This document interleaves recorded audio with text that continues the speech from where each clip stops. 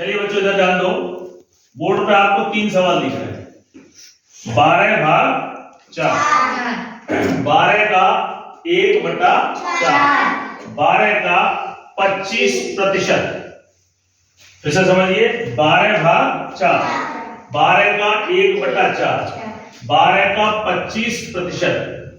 तो आप मुझे ये बताइए, तीनों जो आपको दिख रहे हैं क्या ये एक जैसे हैं? नहीं है ना? आपको तीनों अलग अलग दिख रहे होंगे, लेकिन देखिए आज मैं आपको बताऊंगा तीनों का मतलब एक ही है। ये आप पढ़ते हो कक्षा 3 में या 2 में, है ना? 3 या 2 में भाग सिखाया जाता है। ये कक्षा आपका 4 में है और प्रतिशत आपका कक्षा 5 में है। एक ही बात को अलग अलग कक्षाओं में 3 तरीके से दे दी। बात एक ही है। कैसे? देखिए इसको कैसे भाग लगाते हैं हम? 12 में 4 का भाग, 4 का पारा बोलो, 12 कितनी बार जाएगा? 3 बार। 4 तिया 12, घटाएंगे 0 तो भागफल कितना आया? 3। भागफल आया आपका 3। आप सभी जानते हो, इसे कर लेते हो ना? इसे देखिए, इसका मतलब क्या होता है? 12 का को हटाते तो गुणा कर देते हैं, 1/4।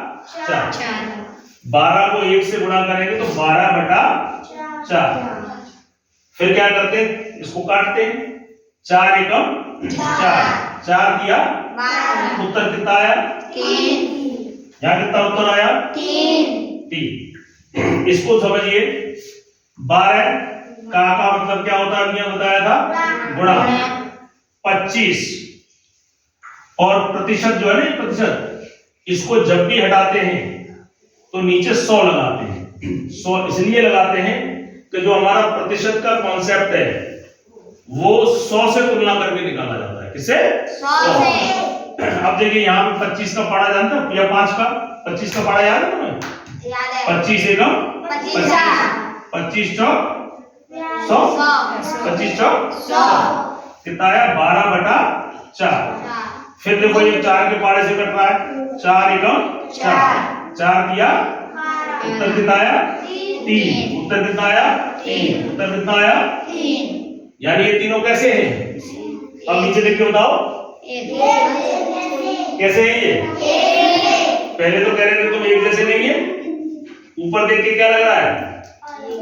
ऊपर देख के क्या लग रहा है? इनको देख के क्या लग रहा है? ये अलग अलग है, लेकिन नीचे देख के क्या हुआ?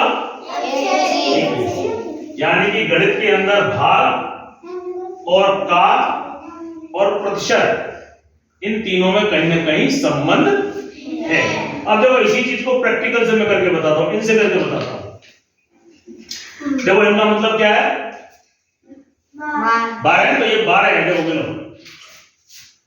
देखो ये 1, ये 2, 3, 4, 5, 6, 7, जल्दी नहीं, 8, 9, 10, 11 और 12 हुए। अब यहां देखिए कितने? 4। तो मैं 4 इसके हिस्से करूंगा, कितने? 4।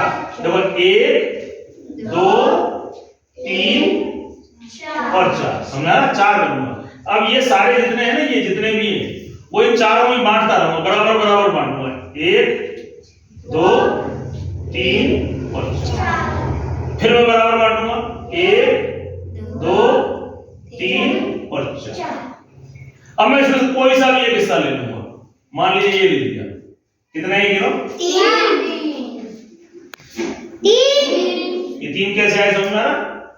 12 मुझे बांटने, कितने ग्रुपों में बांटने, कितने समूहों में बांटने? 4 में। 1, 2, 3, 4 बांटता रहूंगा। फिर जब भी ये 12 खत्म हो जाएंगे उसमें से एक समूह को मैं उठा लूंगा तो वह आपका इसका भाग होगा। भागफल समझ में आया? और इसका मतलब भी यही है कि पहले 12 ले लीजिए, 4 हिस्सों में बांट दीजिए और एक हिस्से में जितने भी ये क्यूब्स आ जाएं उन्हें ले लीजिए, तो वो भी 3 ही आएगा। समझ आ रहा है? ठीक है, तालियां बजाओ।